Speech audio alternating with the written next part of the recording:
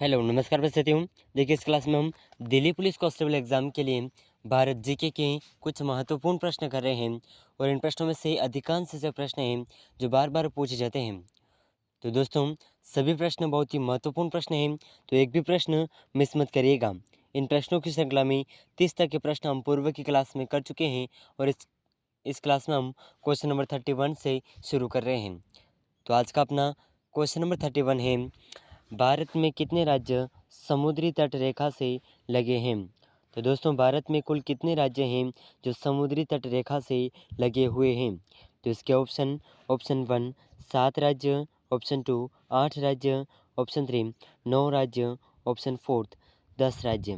तो इस प्रश्न का जो सही आंसर है, ये सही आंसर हो जाएगा भारत में कुल 9 ऐसे राज्य हैं जो समुद्री तटरेखा से लगे हुए हैं।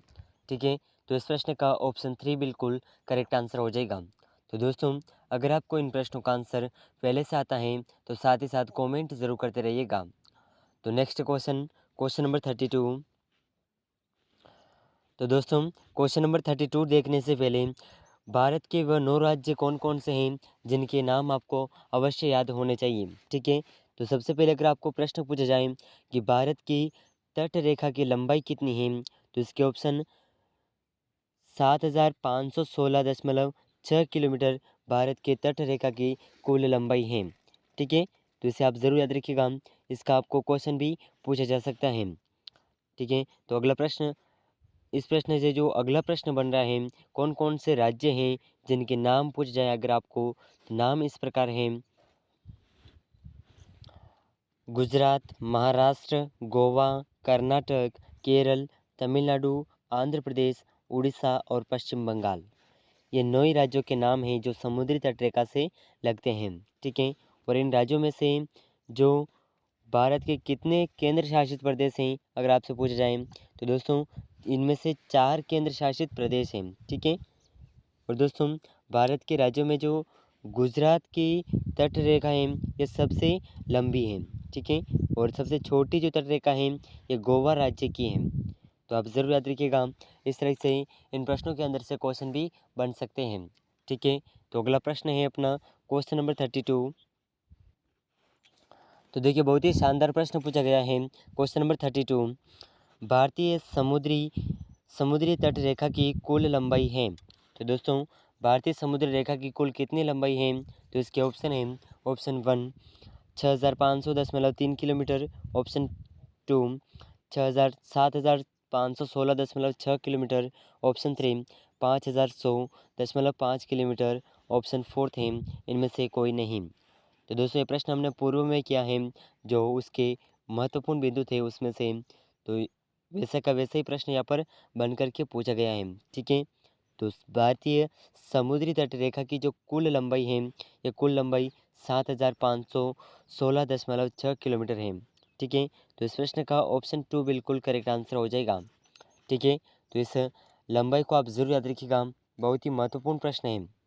तो दोस्तों अगला प्रश्न क्वेश्चन नंबर 33। तो देखिए बहुत ही शानदार प्रश्न है क्वेश्चन नंबर 33, डोडा बेटा चोटी स्थित है। तो दोस्तों डोडा बेटा चोटी कहाँ पर स्थित है, कौन सी पहाड़ियों में या कौन सी पर्वत श्रेणी में स्थित है, तो इसके ऑप्शन है, ऑप्शन 1 अन्नामलाई पहाड़ियों में, ऑप्शन 2 नीलगिरी पहाड़ियों में, ऑप्शन 3 विंध्याचल श्रेणी में, ऑप्शन 4 सतपुड़ा श्रेणी में। तो दोस्तों इन चारों ऑप्शन में से डोडा बेट्टा चोटी कहाँ पर स्थित है, तो इसका जो सही आंसर है, ये सही आंसर हो जाएगा नीलगिरी पहाड़ियों में। ठीक है, तो ऑप्शन 2 इस प्रश्न का बिल्कुल करेक्ट आंसर हो जाएगा। और दोस्तों ये प्रश्न जो है प्रिंसिपल एग्ज़ाम 11/10/2021 और RS प्री एग्ज़ाम जो राजस्थान में एग्ज़ाम होता है उस एग्ज़ाम 27/10/2021 के पेपर में यह प्रश्न पूछा गया है। और ऐसे ही अब तक जितने भी एग्ज़ाम हुए हैं उन सभी परीक्षाओं में इनमें से कई सारे प्रश्न देखने को मिले हैं। और दोस्तों आगे आपको जो दिल्ली पुलिस कांस्टेबल का एग्ज़ाम हुआ है पूर्व में, चाहे 2017 का हो, 2014 का हो, अब तक जितने भी दिल्ली पुलिस कांस्टेबल एग्ज़ाम के पेपर हुए हैं उन पेपर में इन प्रश्नों में से अधिकांश प्रश्न देखने को मिले हैं। और आगे आपको आने वाली सभी प्रतियोगी परीक्षाओं में इन प्रश्नों में से कई सारे प्रश्न देखने को मिल जाएंगे। तो दोस्तों इन प्रश्नों में से एक भी प्रश्न मिस मत करिएगा। तो दोस्तों अगला प्रश्न है क्वेश्चन नंबर 34। तो देखिए बहुत ही शानदार प्रश्न है क्वेश्चन नंबर 34। भारतीय गंगी मैदान को दक्षिणी पठार से विभक्त करने वाली पर्वत श्रृंखला कौन सी है? तो दोस्तों भारतीय गंगी मैदान को दक्षिणी पठार से अलग करने वाली पर्वत श्रृंखला कौन सी है? तो इसके option 1 Vindhya, option 2 Aravalli, option 3 Purvanchal, option 4 Karakoram. तो इन चारों ऑप्शन में से भारतीय गंगी मैदान को दक्षिणी पठार से अलग करने वाली पर्वत श्रृंखला कौन सी है? तो इस प्रश्न का जो सही आंसर है, ये सही आंसर हो जाएगा अपना ऑप्शन 1 विंध्य पर्वत श्रेणी। ठीक है, तो इस प्रश्न का ऑप्शन 1 बिल्कुल करेक्ट आंसर हो जाएगा।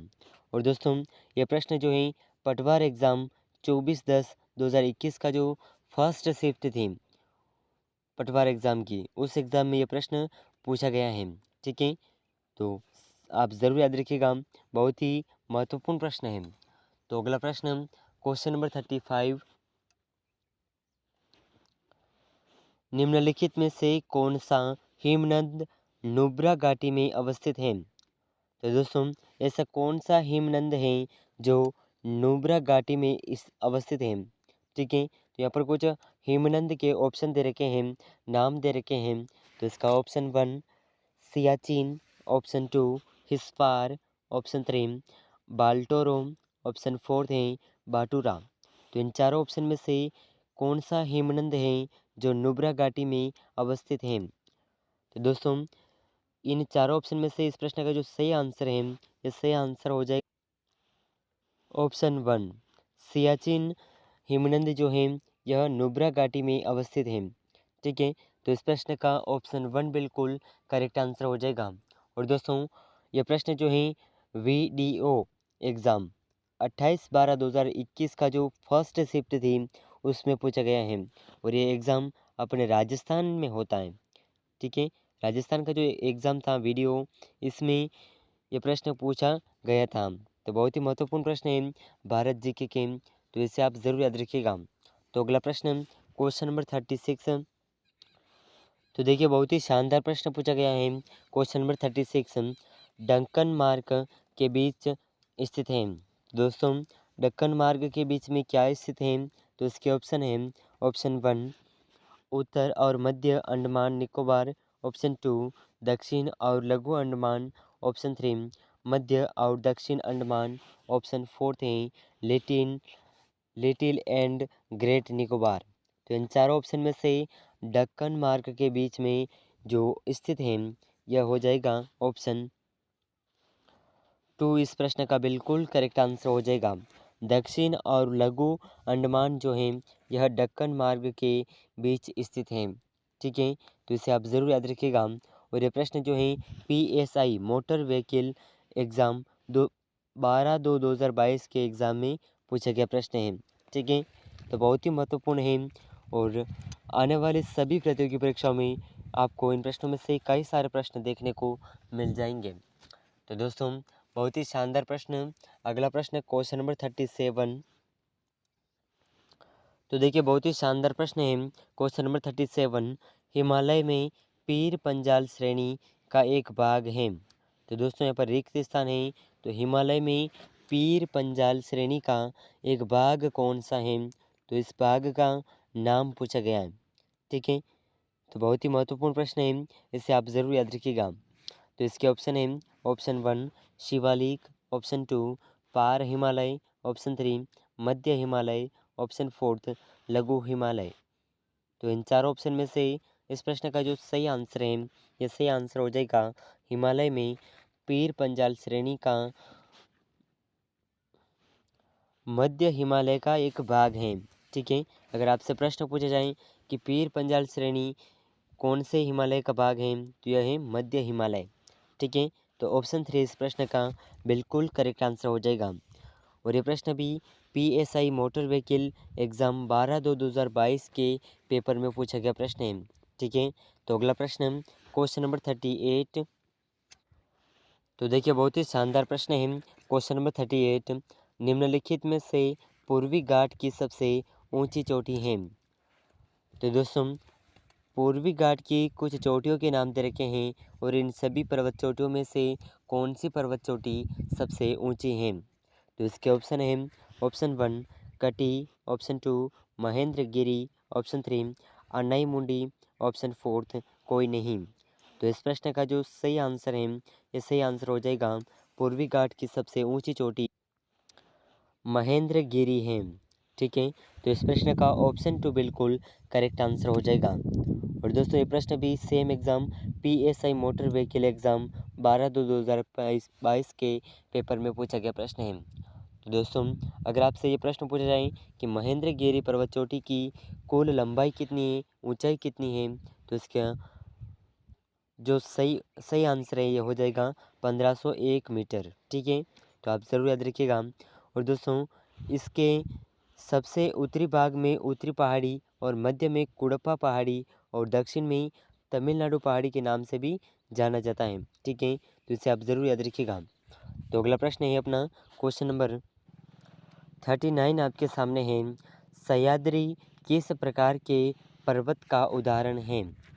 तो दोस्तों सह्याद्री पर्वत कौन से प्रकार के पर्वत का उदाहरण है। तो इसके ऑप्शन है ऑप्शन 1 प्रशोत्तर पर्वत, ऑप्शन 2 वलित पर्वत, ऑप्शन 3 अवशिष्ट पर्वत, ऑप्शन 4 ज्वालामुखी।